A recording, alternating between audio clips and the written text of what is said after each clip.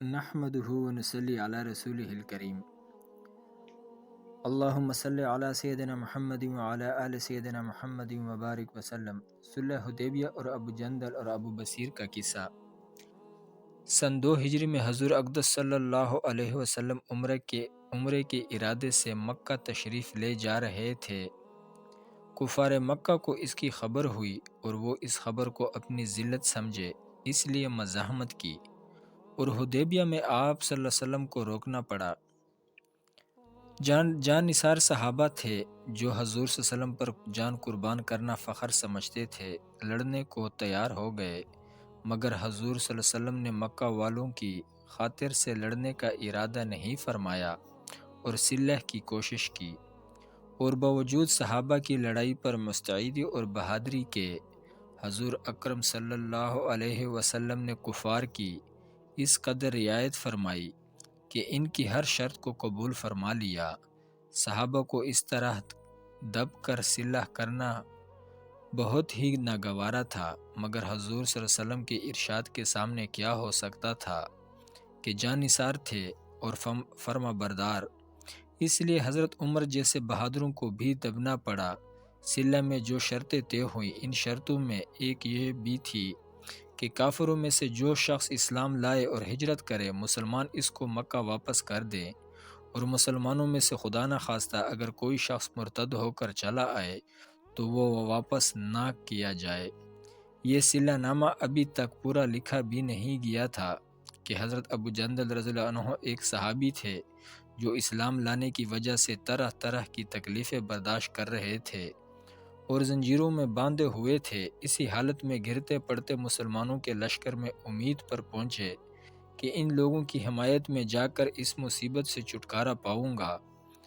ان کے باپ سہیل نے، جو اس صلح نامے میں کفار کی طرف سے وکیل تھے اور اس وقت تک مسلمان نہیں ہوئے تھے، فتح مکہ میں مسلمان ہوئے۔ انہوں نے صاحبزادے کے تمانچے مارے اور واپس لے جانے پر اصرار کیا۔ حضور صلی اللہ علیہ وسلم نے ارشاد فرمایا کہ ابھی صلح نامہ مرتب بھی نہیں ہوا، اس لیے ابھی پابندی کس بات کی، مگر انہوں نے اصرار کیا۔ پھر حضور صلی اللہ علیہ وسلم نے فرمایا کہ ایک آدمی مجھے مانگا ہی دے دو، مگر وہ لوگ ضد پر تھے، نہ مانا۔ ابو جندل نے مسلمانوں کو پکار کر فریاد بھی کی کہ میں مسلمان ہو کر آیا اور کتنی مصیبتیں اٹھا چکا، اب واپس کیا جا رہا ہوں۔ اس وقت مسلمانوں کے دلوں پر جو گزری ہوگی اللہ ہی کو معلوم ہے، مگر حضور صلی اللہ علیہ وسلم کی ارشاد سے واپس ہوئے۔ حضور صلی اللہ علیہ وسلم نے تسلی فرمائی اور صبر کرنے کا حکم دیا اور فرمایا کہ عنقریب حق تعالی شانہ تمہارے لیے راستہ نکالیں گے۔ صلح نامہ کے مکمل ہو جانے کے بعد ایک دوسرے صحابی ابو بصیر بھی مسلمان ہو کر مدینہ منورہ پہنچے۔ کفار نے ان کو واپس بلانے کے لیے 2 آدمی بھیجے۔ حضور اقدس صلی اللہ علیہ وسلم نے حسب وعدہ واپس فرمایا۔ ابو بصیر نے عرض بھی کیا کہ یا رسول اللہ، میں مسلمان ہو کر آیا، آپ مجھے کفار کے پنجے میں پھر بھیجتے ہیں۔ آپ صلی اللہ علیہ وسلم نے ان سے بھی صبر کرنے کو ارشاد فرمایا اور فرمایا کہ انشاءاللہ عنقریب تمہارے واسطے راستے کھلے گا۔ یہ صحابی ان دونوں کافروں کے ساتھ واپس ہوئے۔ راستے میں ان میں سے ایک سے کہنے لگے کہ یار تیری یہ تلوار تو بڑی نفیس معلوم ہوتی ہے، شیخی بعض آدمی ذرا سی بات میں پھول ہی جاتا ہے۔ وہ نیام سے تلوار نکال کر کہنے لگا کہ ہاں، میں نے تو بہت سے لوگوں پر اس کا تجربہ کیا ہے۔ یہ کہہ کر تلوار ان کے حوالے کر دی۔ انہوں نے اس کا تجربہ کیا۔ دوسرا ساتھی یہ دیکھ کر کہ ایک کو تو نمٹا دیا، اب میرا نمبر ہے، بھاگا ہوا مدینہ آیا اور حضور اکرم صلی اللہ علیہ وسلم کی خدمت میں حاضر ہو کر عرض کیا کہ میرا ساتھی مر چکا ہے، اب میرا نمبر ہے۔ اس کے بعد ابو بصیر پہنچے اور عرض کیا کہ یا رسول اللہ، آپ اپنا وعدہ پورا فرما چکے کہ مجھے واپس کر دیا، اور مجھ سے وعدہ اور مجھ سے کوئی عہد ان لوگوں کا نہیں ہے جس کی ذمہ داری ہو۔ وہ مجھے میرے دین سے ہٹاتے ہیں، اس لیے میں نے یہ کیا۔ حضور صلی اللہ علیہ وسلم نے فرمایا کہ لڑائی بھڑکانے والا ہے، کاش کوئی اس معین و مددگار ہوتا۔ وہ اس کلام سے سمجھ گئے کہ اب بھی اگر کوئی میری طلب میں آئے گا تو میں واپس کر دیا جاؤں گا۔ اس لیے وہ وہاں سے چل کر سمندر کے کنارے ایک جگہ آ پڑے۔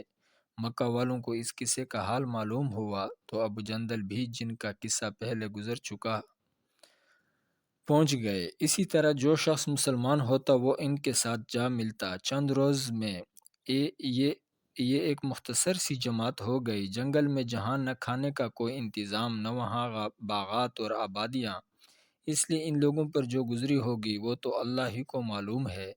مگر جن ظالموں کے ظلم سے پریشان ہو کر یہ لوگ بھاگتے تھے، ان کا ناطہ بند کر دیا۔ جو قافلہ ادھر سے جاتا اس سے مقابلہ کرتے اور لڑتے، حتیٰ کہ کفار مکہ نے پریشان ہو کر حضور کی خدمت میں عاجزی اور منت کر کے اللہ کا اور رشتہ داری کا واسطہ دے کر آدمی بھیجا کہ اس بے سری جماعت کو اپنے پاس بلا لیں کہ یہ معاہدے میں تو داخل ہو جائیں اور ہمارے لیے آنے جانے کا راستہ کھلے۔ لکھا ہے کہ حضور صلی اللہ علیہ وسلم کا اجازت نامہ جب ان حضرات کے پاس پہنچا تو ابو بصیر مرض الموت میں گرفتار تھے۔ حضور کا ولیحانہ ہاتھ میں تھا کہ اسی حالت میں انتقال فرمایا، رضی اللہ تعالیٰ عنہ اجمعین۔ فائدہ: آدمی اگر اپنے دین پر پکا ہو، بشرطِ دین بھی سچا ہو، تو بڑی سی بڑی طاقت اس کو نہیں ہٹا سکتی، اور مسلمانوں کی مدد کا تو اللہ کا وعدہ ہے۔ اللہ تعالی ہم سب کو اس پر عمل کرنے کی توفیق عطا فرمائے، آمین یا رب العالمین۔